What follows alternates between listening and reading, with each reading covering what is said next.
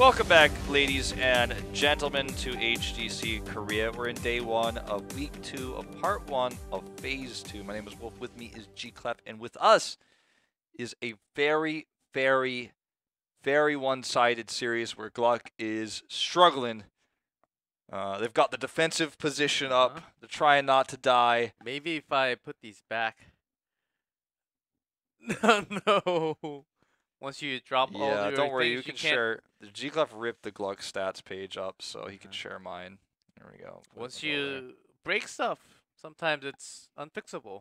Yeah. And I feel like that's how GLuck is right now against Miracles. And looks like the roster change really worked out well. And they're clearly practicing something new. And that's a really nice way to actually handle things against worst opponent. Let's try this against GLuck and see how it does. And actually, it's doing super well. Maybe we can try it for the next time, because next opponent for Miracle is actually Tempest. So I think tonight is actually a good experience of testing for them to have this kind of new stuff. Maybe we'll see something new. A pleasant surprise for Game 3 also. Hoping so. Available maps, we already mentioned it, but Braxis and Volskaya are both open. But to be honest, based on how the series is going, I expect Miracle just to pick Sky Temple. Yes. Yeah. Oh, yes. We also have Towers of Doom, which would be a good map for how they're playing today. Braxis. Nah. And if we're going to Braxis, GLuck's picking it. So better be hoping they're feeling a little bit creative today. Oh yeah, because GLuck there, Maiev picks Volskaya. Miracle picked Volskaya. Think about Volskaya is, as much as we say it's a weird pick because it was so uncommon in Korea, Yeah, just in it's actually Korea. kind of a standard macro map now. It's not actually weird or taboo. It's not like the untouchable map like Warhead Junction where it's like, ugh, if we don't go to that map, like nobody feels that way about this map anymore. It's kind of figured out in Korea and it's been rebalanced. So it's going to take a different play style, obviously, than what we just saw in the previous 2 games, where there was a clear strategy that became dominant. In Draft 1, it was the Hanzo protection comp with ETC. Game 2 was the Abathur Tracer early game into the late game URL scaling, and then now this may just simply be a team fight comp to control the items and also to control the control point itself. Had enough of that Tracer. I think they're fishing for a Genji first pick. I don't think they're going to get it. Look at Miracle, they're laughing after watching that Tracer ban. They actually will get the first pick Genji. I don't think that Maiev pick was too much of a hassle for Miracle to actually look around. Even against the Maiev, they were actually so well because they were always. Well, they had the team comp where they didn't really have to be together all the time. I think this is kind of a feeling of Miracle dealt with the Maiev so well, right? Like you said, so they're not afraid of the Maiev. But they ban it because they want to play a comp that they think is strong against Genji, and that involves the Blaze here with the Phoenix. So Maizen will probably end up playing the Genji, I think, in this particular draft. This is the Maiev player. And Overlord, who's been back to DPS, will play something a little bit more ranged. They do get the URL with the goofy inflatable hammer skin.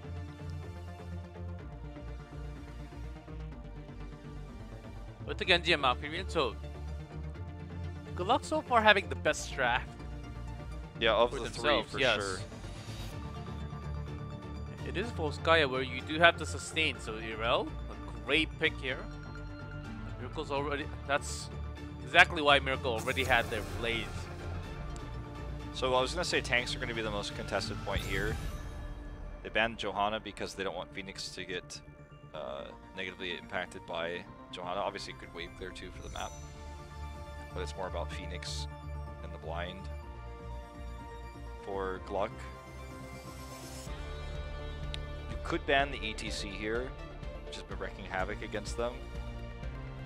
But then Miracle takes like a Nubarak, and then you have to play Garrosh and it gets awkward.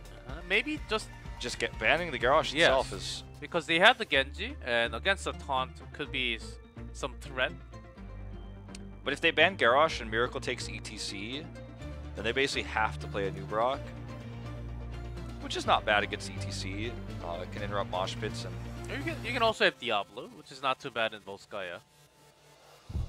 Let's see what they take, because that's really going to define. They do ban the ETC. If you leave the ETC up, then they can get Uther, ETC. There's some powerful combos that can happen. Man, it's crazy to me like how many years ago when I first moved to Korea, I cast Sniper in StarCraft, and like he and I are so much older now, and he's like still a top tier player, and here's the Storm. It's like every year, every season I cast Sniper, I'm like, he looks like an adult, like more of an adult, not like the boy I met, like who was the GSL player. But you're still a boy, Wolf. I guess, 28-year-old boy, confirmed. But a better caster than before. Oh, yes. Certainly. Upgraded, man. Garrosh and Deckard. Unlikely pairing, but Deckard's so good with Phoenix to set up a lot of different combos. Oh, we forgot about Luridin. That's true, we weren't really mentioning him all too much. Chromie. Chromie Genji Urel sounds like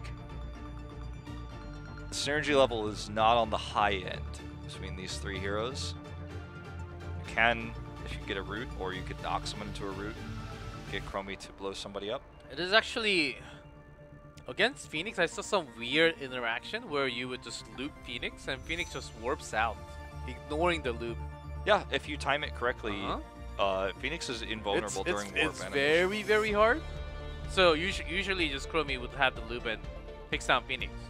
That's a kill. You basically have to cast warp like about 0.75 seconds before the loop hits. It's really, even if you want to do it, practice, you may never be able to do it in a competitive match. Yeah, it's really tough, but it can work. Probably just be slowing Sands against this comp though. We'll see. Li Ming gets locked in as the final pick. Very, very rough actually for Li Ming versus Chromie and Genji. As once again Asgard will be on the URL, so looks like Asgard's days of playing DPS are over. The role swap is complete. The Li Ming struggles against Genji because of his deflect, and so it's very easy for Genji to counter the damage. Can somewhat be the case with Phoenix as well when he uses his salvo, otherwise a little bit tougher. These two drafts are pretty vanilla. They're very much kind of standard meta picks that are in some cases comfort picks like Garrosh for Judy, and the Genji pick we see coming in first for GLuck. So this is going to be a map where I think mechanical skill is tested above all else, whereas in the previous two drafts I felt like Miracle really had the upper hand.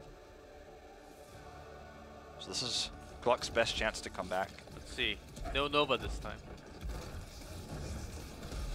No Nova. Darvish on the Chromie, like let's see how that pans out. The main target is probably going to be Deckard, or the heroes that come out of the bunker. If you time it correctly, you can obviously do a lot. Okay, someone was wrong. I don't know who was wrong, but moving on. Maybe Judy was like on a different hero. I didn't check.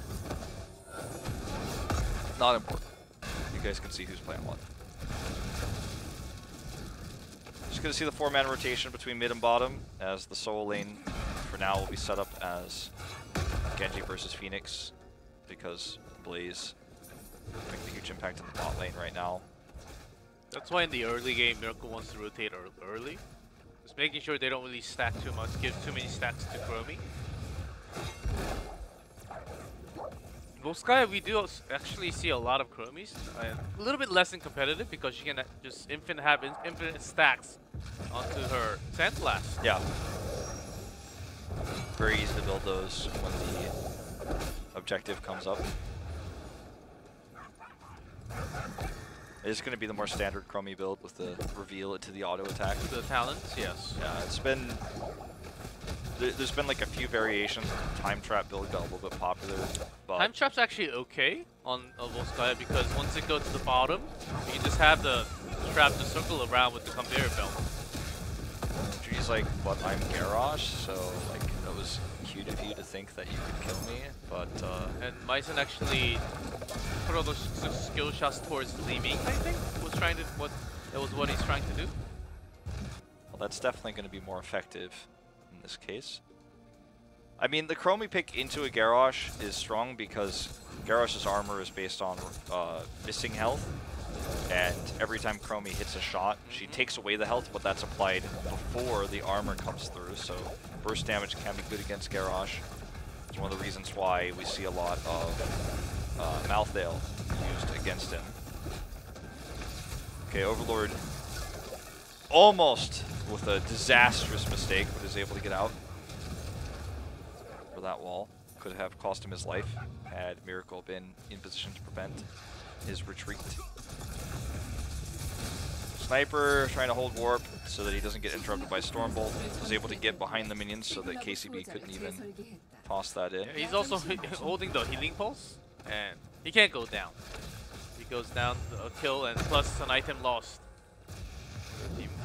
Looks so far not too bad compared to the first two games as they picked up their Chromie. Now, I haven't really seen too many skill shots landing perfectly.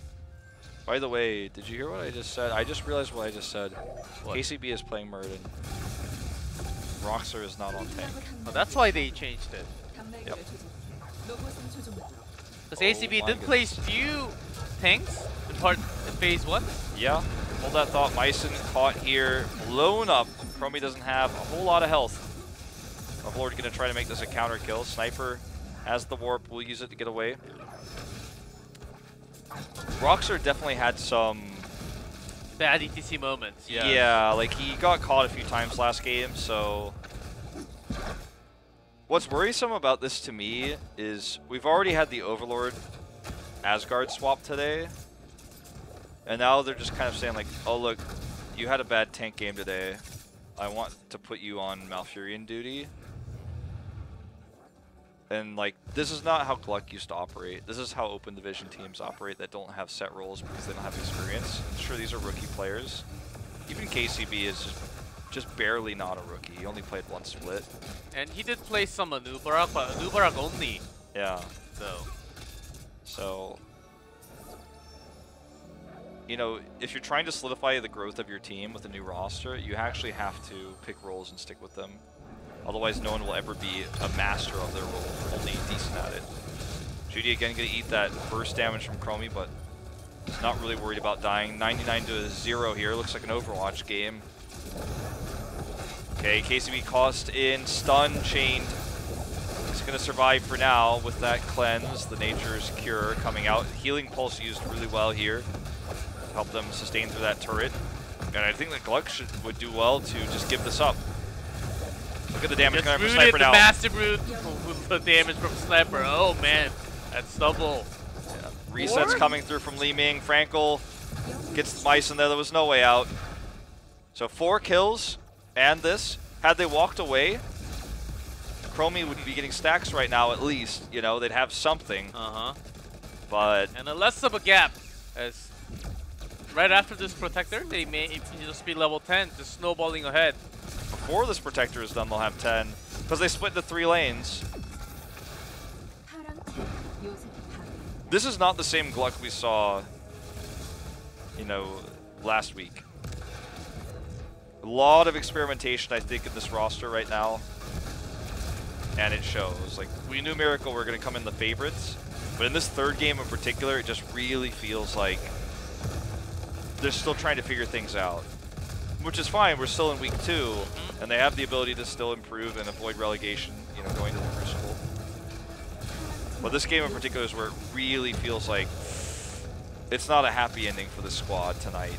You know, 3 levels down, 2 levels away from heroics of what I was going to say.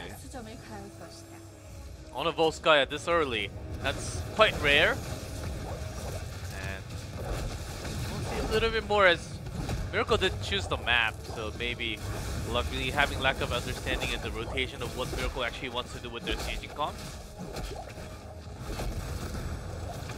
Chromie stacking up a little bit, but needs to go late game for that maximum damage. Yeah. I mean, you have to do what you can. You've got to take baby steps. So far Overlord did not die. That's true. So, he only died 9 times in the first 2 games, and no death in this game. Well, I mean, sub 7 minutes, we have a 4-level lead for Miracle. Just briefly, but I did want to point that out. This is going to be a dead keep at 7 minutes into the game. Here's the toss into the taunt. They've got the 10. Onto Muradin. The sleep.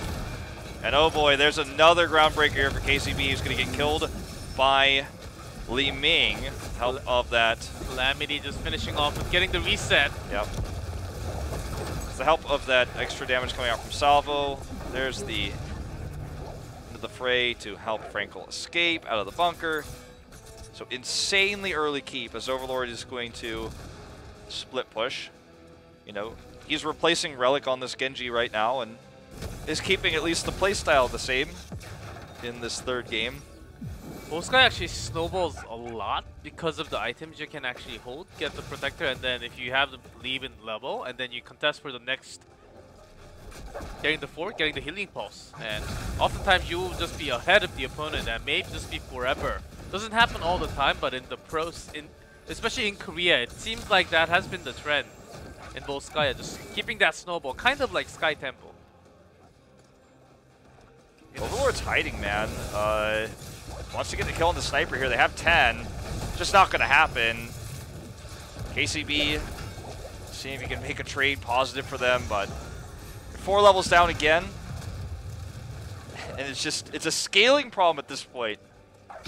We're talking like 15%, you know, I guess 16 for that brief moment of scaling on most heroes. Notice how they just ignore Irel.